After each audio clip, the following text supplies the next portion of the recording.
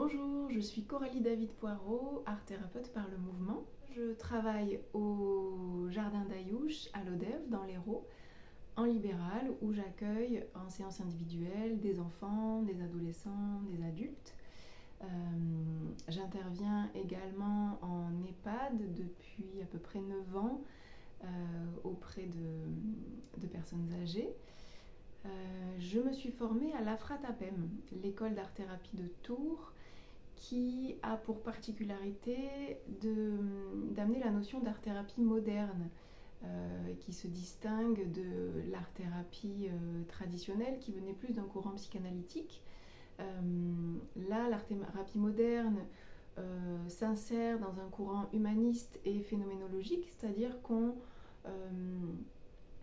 pose son attention, on observe tous les phénomènes qui se passent sur le moment, dans l'ici et maintenant, pendant le processus créatif, qui va permettre une réalité objective sur tout un monde subjectif. Donc il n'est pas question d'aller interpréter, analyser ou juger les productions des personnes, mais vraiment d'observer comment elles se mettent en mouvement, comment elles agissent. Il n'y a pas de sachant. L'art thérapeute est là pour venir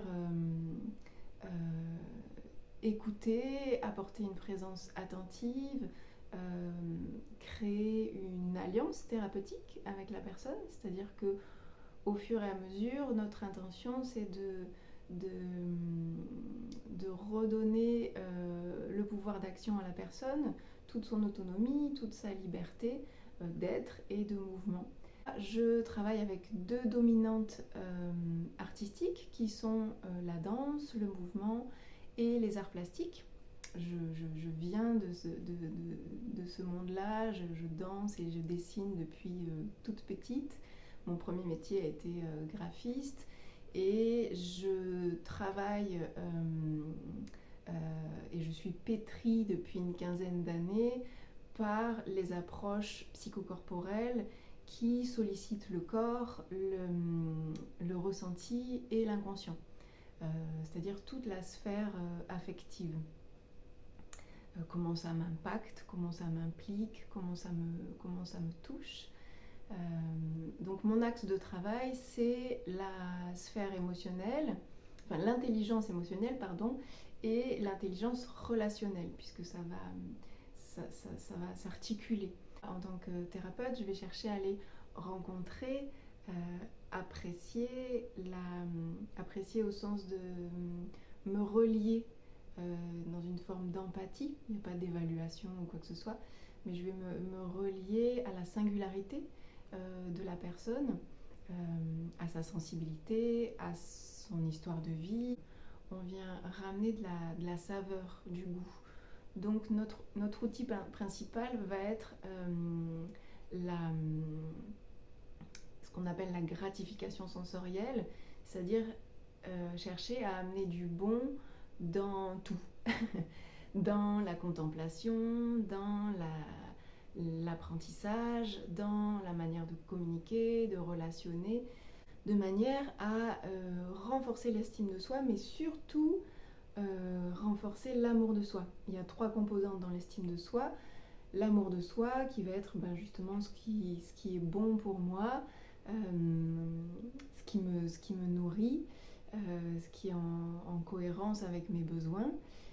La confiance en soi qui va être plus de développer un savoir-faire, des compétences, et ensuite l'affirmation de soi qui est plus en lien avec nos goûts, notre style, nos valeurs, la façon d'être unique au monde et qu'on va assumer, asseoir. Et donc s'il n'y a pas au départ cet amour de soi, c'est-à-dire cet endroit où on va pouvoir en quelque sorte s'ouvrir. Moi je parle souvent qu'on est en train de chercher à aligner la tête, le cœur et le corps, c'est-à-dire que s'il n'y a pas cet amour de soi, on a du mal à se laisser traverser, donc toucher par quelque chose soit d'une émotion esthétique, d'une beauté qui me vient de l'intérieur, d'une émotion qui est là, d'une sensation, euh, quelque chose qui me touche profondément, qui m'émeut et donc qui me met en mouvement par sa particularité à la fois unique et universelle, qui me relie à quelque chose de plus grand. Et à partir de là, on va agir sur l'expression, comment il y a un élan moteur qui est en cohérence avec ce que je ressens. Donc mon travail, ça va être de trouver cet espace vivifiant chez la personne, ce qui va l'animer, le remettre en mouvement, pour aller trouver un espace de sécurité et d'élan à aller se rencontrer, à faire ce chemin, d'aller rencontrer son imaginaire, ces espaces d'inconnu, de je ne sais pas. On est vraiment dans une dynamique dedans-dehors. On travaille sur tout ce mouvement qui régit tout cet écosystème de l'inconscient qui régit à peu près 80% de nos choix et de nos comportements dans la vie. On l'oublie souvent. Et donc on va permettre à la personne de descendre en soi-même, d'aller forcément rencontrer ces mécanismes de défense. On en a tous, des mécanismes de défense, des résistances qui vont générer là aussi des émotions inconfortables. Et donc comment on va venir assouplir un petit peu ces résistances. J'insiste là-dessus sur le fait qu'il n'y a pas d'injonction avec l'inconscient. On ne peut pas dire laisse aller, vas-y, exprime. C'est vraiment par le biais du jeu, de l'analogie, de la métaphore, et donc par cet endroit qui va comme allumer les trois cerveaux ensemble, c'est-à-dire cerveau reptilien, cerveau limbique et néocortex, par 5 composantes qui sont la sensation, l'émotion, la pensée, l'image et le mouvement. Une fois qu'on a ces 5 composantes qui agissent ensemble, on peut on trouve un langage commun qui va permettre de laisser la place à cette intelligence qui nous soutient, de trouver ces chemins de guérison. Du coup, cette intelligence émotionnelle dont je parle, c'est permettre à la personne d'aller prendre par la main, accueillir toutes ces émotions. Nos angoisses, nos frustrations, nos hontes, nos peurs, nos grandes culpabilités, nos profondes détresses, nos moments de panique, une immense palette de la richesse de l'être humain. Les émotions, elles sont dans le corps, elles sont au-delà de notre contrôle, et parfois elles nous envahissent. Et c'est vraiment d'aller poser une écoute sur un mouvement intelligent, utile, qui est au service de notre sécurité, de notre survie, qui va chercher une résolution et une remise en circulation. Si je ne veux pas avoir l'émotion, je bloque et je crée plein de petits nœuds au fil de mon existence. Donc on est vraiment dans cette fluidité émotionnelle, dans cette régulation du système nerveux autonome par cet apprentissage d'une tendresse envers soi-même. Donc ma spécificité, c'est de se mettre en lien avec ses sensations, ses pensées, ses émotions, son imaginaire, et toute la mémoire émotionnelle des endroits fondateurs ou bouleversants de l'existence. C'est-à-dire qu'il y a vraiment comme des points de repère sur notre histoire de vie en lien avec la mémoire émotionnelle. On passe par le corps et ensuite on vient ancrer l'expérience par les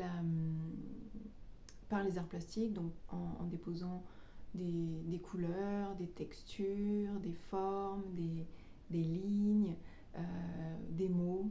On peut passer par l'écriture aussi pour laisser une trace. C'est-à-dire qu'il n'y a pas dans l'art-thérapie à révéler un talent artistique, c'est possible, mais on est plus sur révéler un savoir-devenir. Il y a une responsabilisation, un passage à l'action qui peut être juste une écoute de l'éprouvé du vivant, c'est-à-dire que quelle que soit la souffrance endurée, on part du principe qu'on peut toujours faire quelque chose jusqu'à la fin. Donc bien sûr, ça s'adapte aux moyens de la personne, mais une personne, elle a toujours un cœur qui bat, des peurs, des désirs, des valeurs et un sens qu'elle donne à sa vie. Donc l'art-thérapie, ça va permettre un espace sécurisant, authentique pour aller explorer ses profondeurs.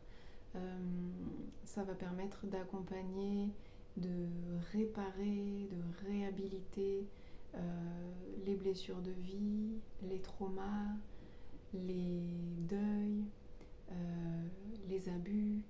Donc on va chercher à retrouver une unité psychocorporelle et donc elle va permettre aussi par cette saveur existentielle de mieux identifier vos besoins, vos désirs, vos valeurs personnelles, qu'est-ce que vous avez envie d'acter dans le monde,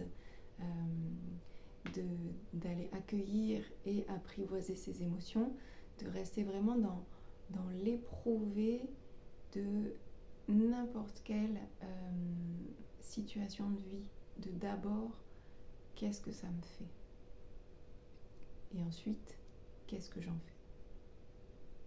Je serais ravie de vous accueillir dans mon cabinet au Jardin d'Ayouch à l'Odève si vous sentez que vous avez le besoin d'un accompagnement de ce type, de pouvoir plus travailler sur l'image que vous avez de votre corps, l'image de vous-même et comment vous pouvez